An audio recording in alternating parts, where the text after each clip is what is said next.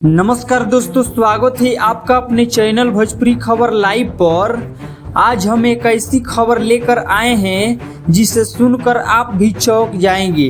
भोजपुरी के power star Pawan Singh ने मशहूर क्रिएटर चहल की पत्नी धनश्री वर्मा पर एक ऐसी कमेंट किया है जो इस समय चारों तरफ वायरल हो रहा है। दोस्तों, दरअसल हुआ यह कि धनश्री वर्मा ने अपनी एक तस्वीर सोशल मीडिया पर शेयर की थी। इसी तस्वीर पर पवन सिंह ने अचानक एक कमेंट कर दिया। पवन सिंह ने अपनी भाषा में लिखा कि कहीं कहीं धाना जी बहुत दुबली। अब यह कमेंट देखकर सब हैरान है। हर कोई यही सोच रहा है कि पवन सिंह ने अचानक ऐसा क्यों लिखा।